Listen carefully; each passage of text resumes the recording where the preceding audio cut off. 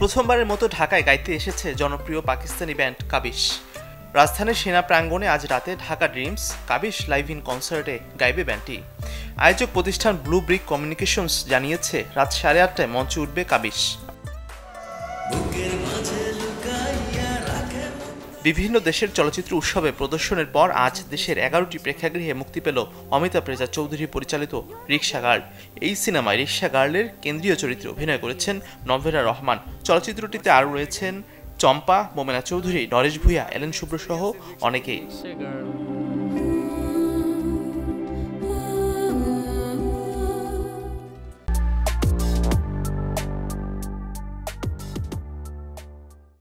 2023 সালের রোজার ঈদে মুক্তি পেয়েছিল জাজ মাল্টিমিডিয়ার সিনেমা জিন। নাদের চৌধুরী পরিচালিত সিনেমাটি দর্শকের মাঝে বেশ কৌতূহল তৈরি করেছিল। সেই ধারাবাহিকতায় গত বছর মুক্তি পেয়েছিল মোনা জিন 2।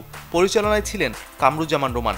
জাজ জানিয়েছে ঢাকার সিনেপ্লেক্সে ভালো ব্যবসা করেছিল ভৌতিক ঘরানার সিনেমাটি। এবার আসছে জিন 3। এই সিনেমা দিয়ে 7 বছর পর জাজ মাল্টিমিডিয়ার সিনেমায় দেখা যাবে চিত্রনায়িকা নুসরাত ফারিয়াকে। প্রকাশিত হলো অস্কারের 97তম এডিশনের চূড়ান্ত মনোনয়ন তালিকা। আমেরিকান অভিনেত্রী র্যাচেল সেনট ও চীনা বংশোদ্ভূত আমেরিকান কমেডিয়ান বোয়েন ইয়াং ঘোষণা করেন মনোনীতদের নাম। এবার সবচেয়ে বেশি মনোনয়ন পেয়েছে নেটফ্লিক্সের crime musical cinema Emilia Perez. 13 বিভাগে মনোনয়ন পেয়েছে সিনেমাটি। এই প্রথম ইংরেজি ভাষার বাইরের কোনো সিনেমা 13টি মনোনয়ন পেল।